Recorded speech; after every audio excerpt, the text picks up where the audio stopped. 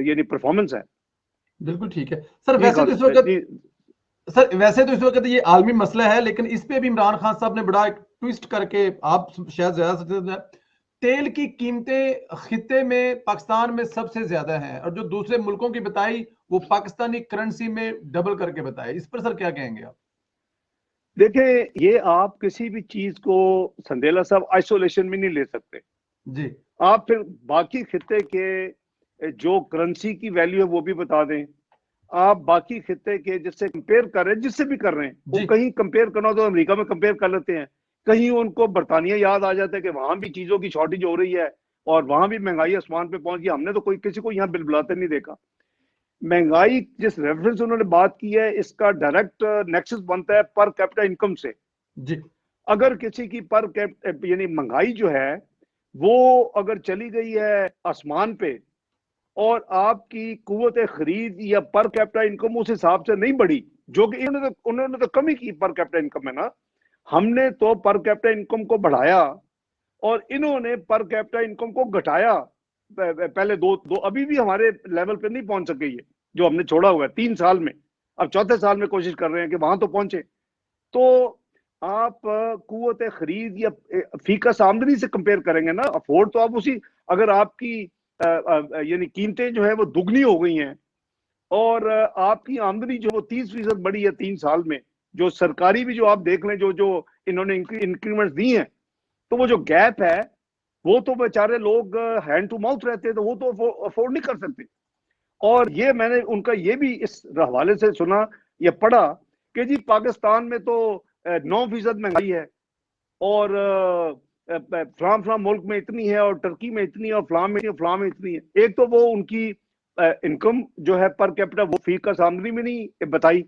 और मैं बताऊं कि ये जो यानी कंज्यूमर प्राइस इंडेक्स की जो बात कर रहे हैं, जिसका रेफरेंस दे रहे हैं, जो महंगाई की इन्फ्लेशन इंडेक्स है, इनको कहें कि उससे ज्यादा फूड इन्फ्लेशन की बास्केट देखें। मुझे कोई आइटम दिखाएं आप। चीनी जो है, जो हमने 52-53 रुपए से ऊपर नहीं जाने दी अपने टेन्योर में 5 सालों में, वो चीनी जो है वो 110-120 तो थी, अभी तो पिछले हफ्ते 10 दिन में 150 क्रॉस कर गई है। वो आपकी ब्रेस लगी हुई है, पेट्रोल 146 पे पहुंच गया है, आपका डॉलर 170 पे पहुंच गया है। तो आप किस चीज के यानी बड़े बड़े बोल रहे हैं और क्रेडिट लेने की कोशिश कर रहे हैं।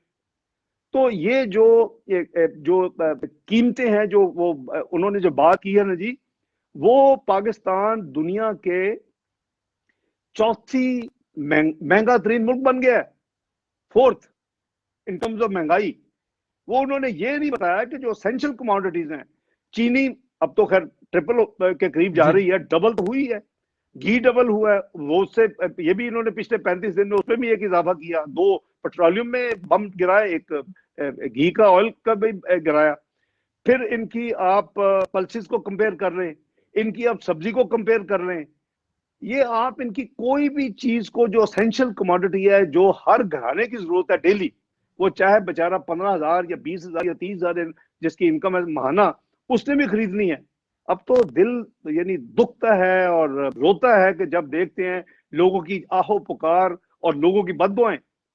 वो आपने देखे होंगे, मैं उसको रिपीट नहीं करता टाइम बचाने के लिए। वो कहते हैं जी हम तो ये अभी गली सड़ी में सब्जी ली है, बीबी कह रही है कि 80 रुपए या 90 रुपए किलो, क्योंकि मैं पता नहीं कभी यानी फ्री मिलती थी।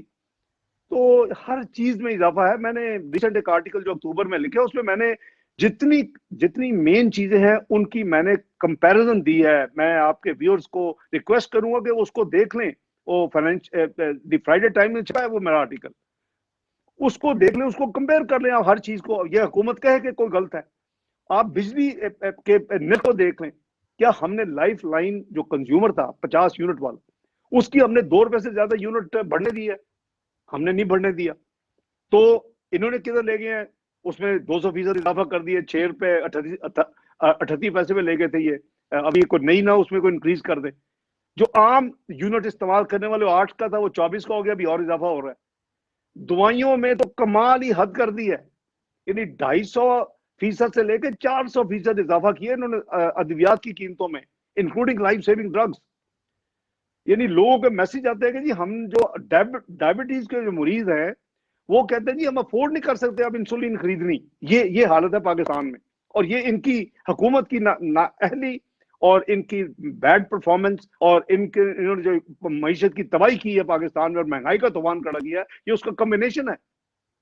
तो या तो बताएं कि उस मेरे आर्टिकल जो है अक्टूबर, अभी 1 महीना भी नहीं हुआ, उसमें कौन सा नंबर गलत है? मैंने तो पाकिस्तान ब्यूरो स्टडीज का नंबर दिए वहां। भाई हमारा जमाना याद करें संदेला साहब, जब 15% इजाफा हुआ दवाइयों में, तो 72 घंटे में वो इजाफा वापस हुआ। इनको तो परवाह नहीं है।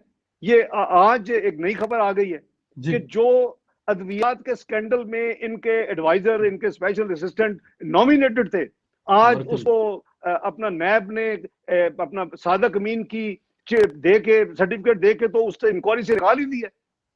ये है पाकिस्तान के यानी ग्राउंड रियलिटी इस वक्त, कि जो हुकूमत में है, और सेकंड अमेंडमेंट तो नैब की है ना, उसमें तो उन्होंने लिख दिया है कि जी कैबिनेट और एक्नेक और ईसीसी और जो जहान की लंबी लिस्ट है, उसके जो फैसले कोई नहीं टच कर सकता, नैब उसको हाथ भी नहीं लगा सकती। लेकिन ये तो सारे के सारे माफिया तो इनके यानी दाएं बाएं बैठे हुए हैं जिन्होंने पाकिस्तान में तबाही की है। आप अगर चीनी, आटा, अद्वियात, बिजली, ये 4 आइटम ले लें, इस गरीब अवाम और कौम से ये माफियत जो है वो करीबन 5-6 हजार अरब सालाना एडिशनल ले रहे हैं उन्हीं क्वांटिटीज का।